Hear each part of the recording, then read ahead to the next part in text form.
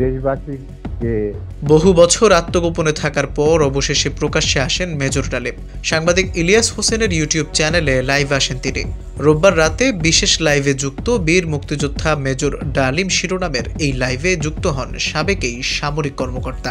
লাইভে এসে মেজর ডালিম বলেন, মুজিব মারা যায়নি, একটি সেনা অভ্যুত্থানে নিহত হয়েছেন। বাকশাল বিদায়ের পরে কোটি কোটি মানুষ রাস্তায় নেমে এসে শুকরিয়া আদায় করেছে। তিনি বলেন, শেখ মুজিব তার জুলুমের মাত্রা এতটাই তীব্র করেছিল যে স্বৈরাচারী আচরণে তখন মানুষ রবের কাছে মুক্তি চাচ্ছিল তার জুলুমের অবসানের জন্য।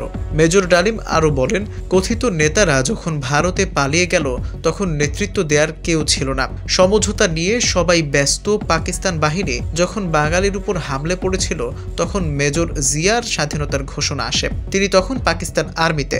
মেজর জিয়ার ঘোষণা শুনে মনে হলো আর বসে থাকার সময় নেই। তখনই পাকিস্তানের বিরুদ্ধে যুদ্ধে নেমে যান তিনি। 1975 সালের 15ই আগস্ট বাংলাদেশের তৎকালীন রাষ্ট্রপতি শেখ মুজিবুর রহমানকে সপরিবারে হত্যার সাথে মেজর ডালিম জড়িত ছিলেন। তারপর থেকে তিনি বিভিন্ন দেশের কূটনৈতিক হিসেবে দায়িত্ব পালন করেছেন।